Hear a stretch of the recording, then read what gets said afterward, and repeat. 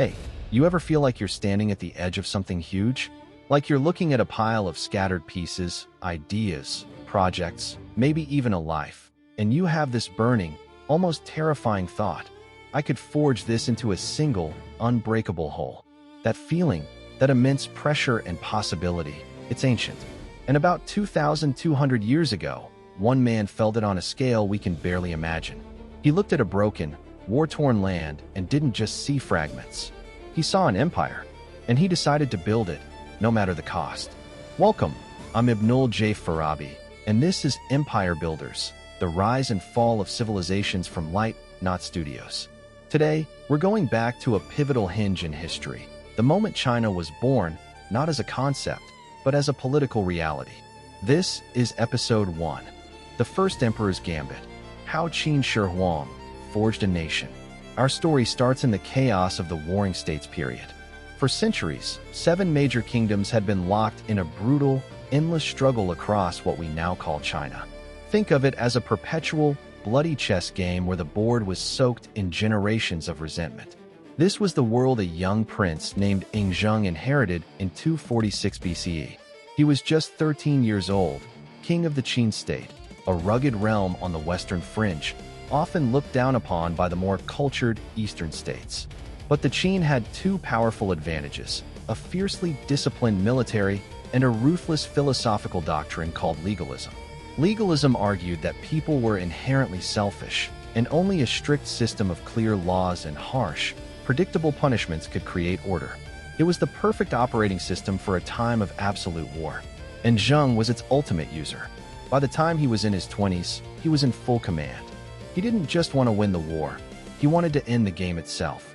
So he unleashed a series of devastating campaigns. One by one, the rival kingdoms fell: Han, Zhao, Wei, Chu, Yan, and finally Qi. In 221 BCE, for the first time in history, the heart of East Asia was under a single ruler. The chessboard was swept clean. But this is where the real story begins.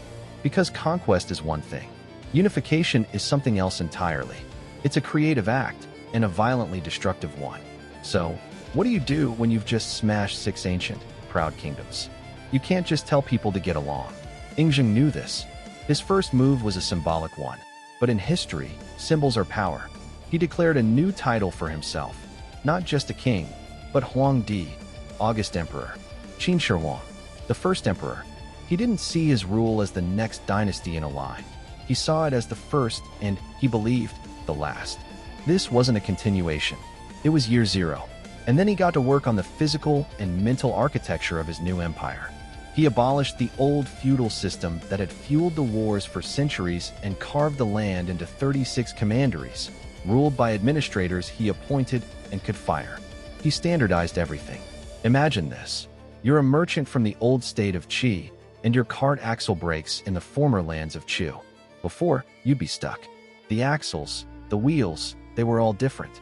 Qin Shihuang said, one standard axle width for the entire empire, one standard system of weights and measures, one standard currency. Most crucially, he mandated one standard written script. This might sound bureaucratic, but it was revolutionary. People who could no longer understand each other's spoken dialects could now read the same words. It wired the empire's brain together. He was building a machine for governance, and every part had to be interchangeable. But a machine needs roads. So he built them, a vast network of imperial highways, all radiating from his capital, Xianyang.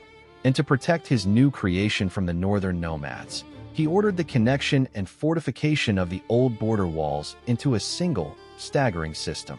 We know it as the Great Wall. It was a statement in stone and earth. This is the line. Inside is order, civilization, Qin. Outside is chaos. The cost in human life was astronomical. Ancient sources claim hundreds of thousands of laborers perished. It's a number that numbs the mind, but it's a testament to the sheer, terrifying will of one man to reshape geography itself. And that will extend it to the mind. Here's where the gambit gets dark. To unify thought, Qin Shihuang and his chief legalist minister, Li Si, launched a campaign to erase competing ideas. They targeted Confucian scholars, whose philosophy praised the old feudal order and argued for rule by moral virtue, not harsh law. The emperor ordered what history calls the burning of books and burying of scholars. Most non-state-approved texts were confiscated and burned. Dissenting intellectuals were allegedly executed. It was an attempt at the ultimate standardization of thought itself. He believed that a single empire needed a single past and a single ideology, his own. Sitting here in New York, a city built by immigrants and ideas from everywhere, I find this part of the story particularly chilling. As an engineer, I understand the desire for a clean, efficient system. But as a storyteller, I know that trying to erase competing narratives never works. It just drives them underground. The emperor's fear was as revealing as his ambition. He was terrified of the very thing he had ended, the chaos of competing voices. So he tried to build a wall against time, against debate, against history itself. And that brings us to his most famous and bizarre project, his obsession with immortality. Having created an eternal empire, he desperately wanted an eternal body to rule it. He funded expeditions to find mythical elixirs of life. He became paranoid, secluded, constantly moving among his many palaces to evade evil spirits. And of course, he began building his final, overwhelming statement, the Terracotta Army, a vast subterranean clay legion meant to protect him in the afterlife. It's the ultimate contradiction. Here was the most powerful man on Earth, a ruthless realist who shaped the material world like no other, completely consumed by a spiritual fear of the void. The man who standardized reality couldn't standardize death. Qin Shihuang died in 210 BCE, on one of his journeys seeking the immortality that always eluded him. His empire, built so perfectly to his will, imploded almost immediately after his death. Burdened by his brutal projects and harsh laws, rebellions erupted everywhere. The Qin dynasty fell in less than 4 years. So, was his Gambit a failure? In the short term, absolutely. He built an empire that couldn't outlive him. But in the long arc of history, his ghost won. The next dynasty, the Han, learned from his extremes. They eased the harsh laws, made peace with Confucian ideals, but they kept the blueprint.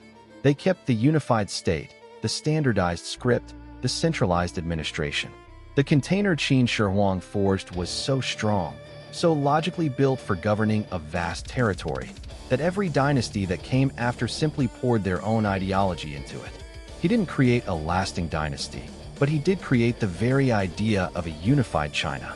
He turned a geographical region into a political entity. That's his legacy. You can't understand China, its strengths, its centralized power, its sheer enduring scale, without understanding the foundational trauma and genius of its first emperor. His story is a stark lesson for all of us who want to build something that lasts. It asks the hard questions. What price are we willing to pay for unity, for order, for efficiency? Can you standardize a system without crushing the human spirit within it? And perhaps most hauntingly, when you succeed in building your empire, what do you do with the terrifying silence that follows? Qin Shihuang's answer was to build walls, to burn books, to search for elixirs. But empires, like all human creations, are fragile. They are held together not just by laws and walls, but by stories. And stories, as he discovered, are the hardest thing of all to control. Thanks for joining me on this journey into the foundations of empire. I'm Abnul J. Farabi. If you enjoyed this deep dive, please share the episode with someone who loves history.